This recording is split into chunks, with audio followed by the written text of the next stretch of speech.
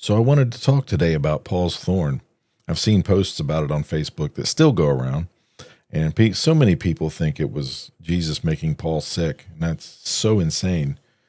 It had nothing to do with that. Matter of fact, Paul uses language because as Saul, before he was converted by Jesus, he was a Torah studier, and Paul was very well versed in the Torah. So when in 2 Corinthians 12:7, Paul says, "And lest I should be exalted above measure by the abundance of revelations, a thorn in the flesh was given to me, a messenger of Satan to buffet me, lest I be exalted above measure." Now, see, I've taken it that God is the one who exalts you when you're humble. So the messenger of Satan was sent by Satan. It's a messenger of Satan, not God. It's not God didn't send a messenger of Satan. God and the light and darkness do not work together. It was a messenger of Satan sent to keep Paul from being exalted to the point God was trying to get him to, because Paul was a humble man. And when you are humble, you are exalted. But where did Paul get the term thorn in the flesh? And then you can get an idea of what this messenger of Satan was doing to get Paul to use the term thorn in the flesh. And if you look at Numbers 33:55, you'll find your answer. "But if you do not drive out the inhabitants of the land from before you, then it shall be that those whom you let remain shall be irritants in your eyes and thorns in your side, and they shall harass you in the land where you dwell." These people were idol worshipers, Nephilim, demonic spirit entity worshipers.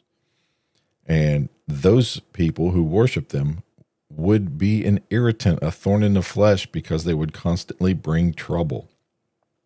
Paul was referencing this scripture, is what I believe, that's the same issue he was having everywhere he preached. The same demonic spirit that the people he was preaching to were idol worshipers in 2 Corinthians 12:7. The people he was referencing were also idol worshipers.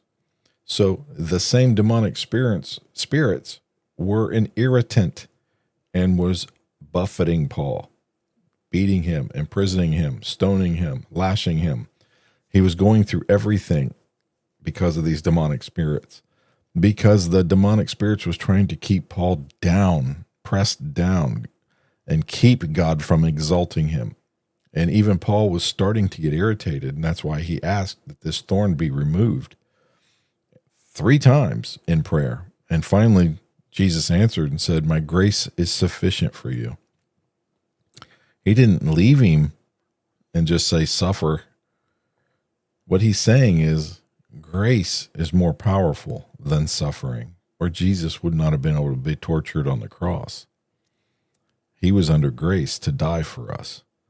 So be encouraged. Jesus doesn't make you sick, and his grace is sufficient for you to overcome. He paid for your healing.